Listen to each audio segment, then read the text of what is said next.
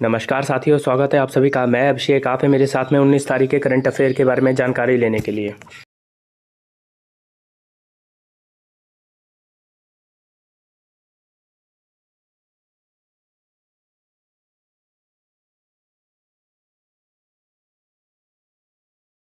मैं आपका स्वागत करता हूं अपने चैनल स्मार्ट टीचिंग अभी 20 GS बाई अभिषेक में।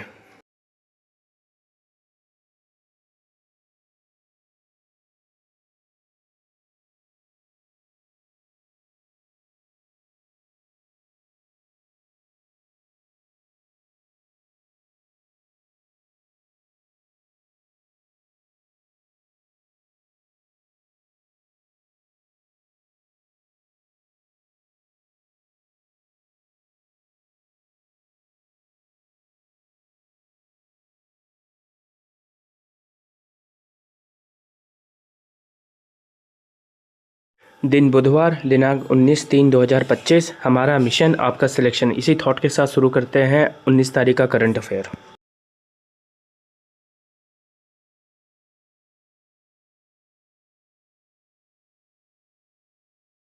पहला, हाल ही में भारतीय रेलवे ने जल संरक्षण के लिए किस मिशन में भाग लिया है? उत्तर है मिशन अमृत सरोवर। आइए इस खबर के बारे में जान लें। भारतीय रेलवे ने जल संरक्षण के लिए जल शक्ति अभियान कैच द रेन में भाग लिया।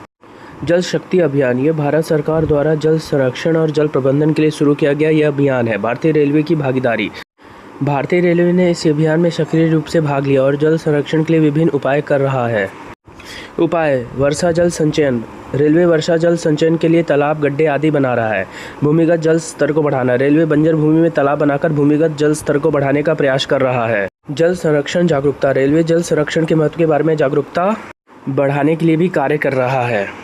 अगला, हाल ही में UN80 पहल को किसके द्वारा प्रोत्साहित किया गया? उत्तर है उपयुक्त सभी। संयुक्त राष्ट्र महासभा, संयुक्त राष्ट्र सुरक्षा परिषद, संयुक्त राष्ट्र सचिवालय। आइए इस खबर के बारे में जान लें।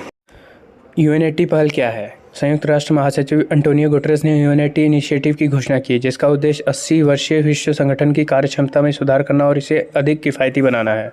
उद्देश्य क्या है? वित्तीय स्थिरता में सुधार करना, घटते विश्व योगदान के बीच वित्तीय स्थिरता को मजबूत करना, संरचनात्मक सुधारों को बढ़ावा देना, बेहतर आदेश क्रियान्वयन के लिए संरचनात्मक सुधारों में वृद्धि करना, और आखिरी रणनीति योजना और लागत प्रभावशीलता को सशक्त बनाना है। अगला, हाल ही में रूस का प्रतिनिधिमंडल ने स्मार्ट सिटीज इंडिया एक्सपो 2025 में भाग लिया। नेक्स्ट, रूसी टेनिस खिलाड़ी दानिल सावलेव को डोपिंग नियमों का उल्लंघन करने के लिए 2 साल के लिए निलंबित कर दिया गया।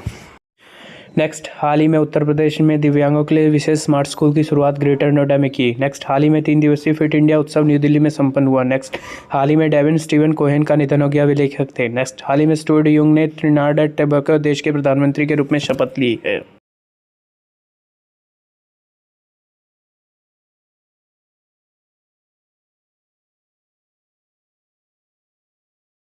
अगला, हाल ही में किसने सूर्य के बाहरी वातावरण और सौर हवा का अध्ययन करने के लिए पंच मिशन लॉन्च किया? उत्तर है नासा ने। आइए इस खबर के बारे में जान लें। हाल ही में नासा ने सूर्य के बाहरी वातावरण और सौर हवा का अध्ययन करने के लिए पंच मिशन लॉन्च किया है, जो पृथ्वी की निचली कक्षा में 4 छोटे उपग्रहों का एक समूह है। पंच मिशन का उद्देश्य सूर्य के कोरोना बाहरी वातावरण को वैश्विक 3D अवलोकन करना है, ताकि यह बेहतर ढंग से समझा जा सके कि वहाँ का द्रव्यमान और ऊर्जा किस तरह सौर मंडल को भरने वाली सौर हवा बन जाती है। उपग्रह। पंच मिशन में पृथ्वी की निचली कक्षा में 4 छोटे उपग्रहों का एक समूह शामिल है। आदित्य L1। इसरो का आदित्य L1 मिशन सूर्य का अध्ययन करने वाले पहला भारतीय अंतरिक्ष मिशन है। अगला, हाल ही में अमेरिका ने कितने देशों के नागरिकों पर देश में घूमने पर प्रतिबंध लगाया? उत्तर है 43। आइए इस खबर के बारे में जान लें। हाल ही में अमेरिका ने 43 देशों के नागरिकों के लिए यात्रा प्रतिबंध लगाने की योजना बनाई, जिसमें पाकिस्तान, भूटान और कई अन्य देश शामिल है। अमेरिका के राष्ट्रपति डोनाल्ड ट्रंप के प्रशासन ने कथित तौर पर संयुक्त राज्य अमेरिका में नए यात्रा प्रतिबंध के तहत 43 देशों के नागरिकों को लक्षित करने पर विचार कर रहा है। प्रभावित देश। इस सूची में पाकिस्तान, भूटान, रूस, अफगानिस्तान, क्यूबा, ईरान, लीबिया, उत्तर Korea, Somalia, Sudan, Syria, Venezuela और यमन जैसे देश शामिल हैं। ट्रंप प्रशासन की योजना। खबरों के मुताबिक ट्रंप प्रशासन ने अलग अलग स्तर पर कई देशों के नागरिकों के अमेरिका आने पर पाबंदी लगाने की तैयारी कर ली है। अगला, हाल ही में किसने ऑस्ट्रेलियन ग्रैंड प्रिक्स 2025 जीता? उत्तर है लैंडो नॉरिस ने। आइए इस खबर के बारे में जान लें। मैक्लोरेन के लैंडो नॉरिस ने ऑस्ट्रेलियन ग्रैंड प्रिक्स जीती। हैमिल्टन 10वें स्थान पर रहे। लैंडो नॉरिस ने गीली और जंगली ऑस्ट्रेलिया ग्रैंड प्रिक्स जीती और वेरस्टैपेन दूसरे स्थान पर रहे। कई दुर्घटनाओं के साथ रोमांचक दौड़। मैक्लोरेन के लैंडो नॉरिस ने बारिश से प्रभावित ऑस्ट्रेलिया ग्रैंड प्रिक्स में जीत हासिल की, जो एल्बर्ट पार्क में उनकी पहली जीत है। ब्रिटिश खिलाड़ी रविवार 16 मार्च 2025 को रेस में देर से तीसरी स्विफ्ट कार के बाद रेड बुल के मैक्स वेरस्टैपेन से आगे रहने में कामयाब रहे।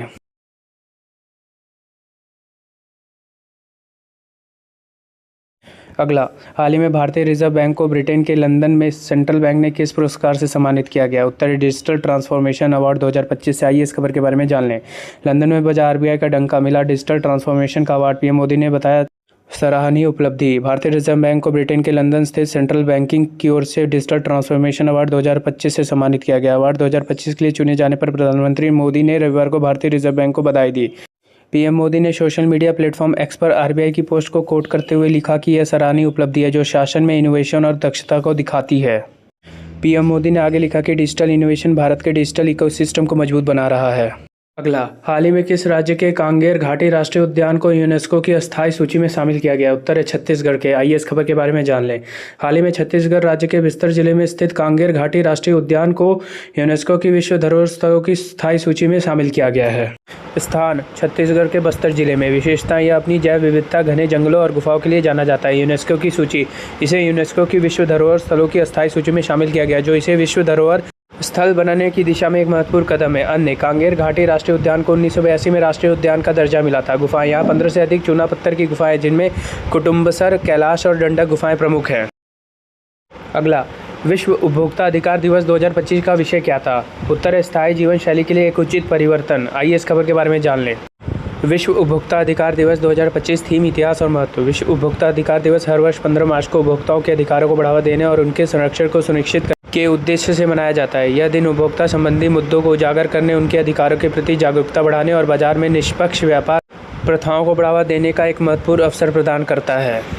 विश्व उपभोक्ता अधिकार दिवस 2025 की थीम, न्यायसंगत परिवर्तन के लिए सतत जीवन शैली, a just transition to sustainable lifestyle. इस वर्ष की थीम को उद्देश्य उपभोक्ताओं के लिए सतत और स्वस्थ जीवन शैली को सुलभ और किफ़ायती बनाना है। अगला, भारतीय रिजर्व बैंक के डिजिटल पहल सारथी का उद्देश्य क्या है? उत्तर है दस्तावेजों को सुरक्षित रूप से संग्रहित और साझा करना। आइए इस खबर के बारे में जान लें। आरबीआई की सारथी और प्रवाह पहल, खबरों में क्यों? भारतीय रिजर्व बैंक की हाल ही में अपने तकनीकी नवाचार सारथी और प्रवाह प्रणाली के लिए यूके के डिजिटल ट्रांसफॉर्मेशन अवार्ड 2025 के लिए चुना गया। सारथी पहल के बारे में, सारथी प्रणाली, जिसका नाम हिंदी शब्द सारथी के नाम पर रखा गया, को आरबीआई के सभी आंतरिक वर्कफ्लो को डिजिटल बनाने के लिए जनवरी 2023 में लॉन्च किया गया था। यह कर्मचारियों को दस्तावेजों को सुरक्षित रूप से संग्रहित और साझा करने, रिकॉर्ड प्रबंधन में सुधार करने और रिपोर्टों और डैशबोर्ड के माध्यम से डेटा विश्लेषण को बढ़ाने में सक्षम बनाता है। अगला, हाल ही में किसे विजन 2020 इंडिया का सद्भावना राजदूत नियुक्त किया गया है? उत्तर है कृष्णमचारी श्रीकांत को। आइए इस खबर के बारे में जान लें।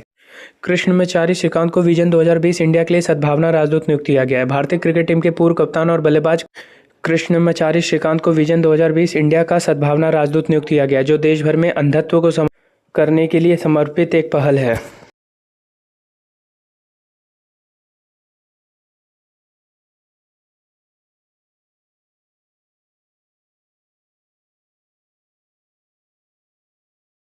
अगला, हाल ही में भारत और किस देश के बीच द्विपक्षीय नौसैनिक अभ्यास वरुण का 23वां संस्करण शुरू हुआ? उत्तर है फ्रांस। आइए इस खबर के बारे में जान लें। हाल ही में भारत और फ्रांस के बीच द्विपक्षीय नौसैनिक अभ्यास वरुण का 23वां संस्करण 19 से 22 मार्च 2025 तक शुरू हुआ, जो दोनों देशों के बीच स्थायी समुद्री साझेदारी को दर्शाता है। यहाँ कुछ और विवरण दिए गए हैं, आइए बात करें। अभ्यास का नाम वरुण, अभ्यास का संस्करण 23वां, देश भारत और फ्रांस। अभ्यास का उद्देश्य स्थायी समुद्री साझेदारी को मजबूत करना। अभ्यास की अवधि 19 से 22 मार्च 2025। अभ्यास में क्या शामिल? अभ्यास में दोनों देशों की नौसेनाओं सामरिक शक्तियों को साझा करेगी। अभ्यास की शुरुआत अभ्यास 2001 से चल रहा है। अगला, हाल ही में कहाँ महामारी की तैयारी पर क्वाड कार्यशाला का उद्घाटन किया गया? उत्तर है न्यू दिल्ली में। आइए इस खबर के बारे में जान लें। भारत के नेतृत्व में हिंद प्रशांत क्षेत्र के लिए महामारी संबंधी तैयारी पर क्वाड कार्यशाला शुरू हुई। केंद्रीय स्वास्थ्य एवं परिवार कल्याण राज्य मंत्री अनुप्रिया सिंह पटेल ने सोमवार को दिल्ली में हिंद प्रशांत क्षेत्र के लिए महामारी संबंधी तैयारियों पर 3 दिवसीय क्वाड कार्यशाला का उद्घाटन किया। विदेश मंत्रालय के एक बयान के अनुसार स्वास्थ्य एवं परिवार कल्याण मंत्रालय और विदेश मंत्रालय द्वारा संयुक्त रूप से आयोजित 17 से 19 मार्च तक चलने वाली इस कार्यशाला का उद्देश्य वैश्विक स्वास्थ्य आपातकालीन ढांचे को मजबूत करना, तैयारियों को बढ़ावा देना और भविष्य के स्वास्थ्य खतरों के खिलाफ लचीलापन बढ़ाना है। धन्यवाद। आपका दिन मंगलमय हो। गुड नाइट, शुभ रात्रि।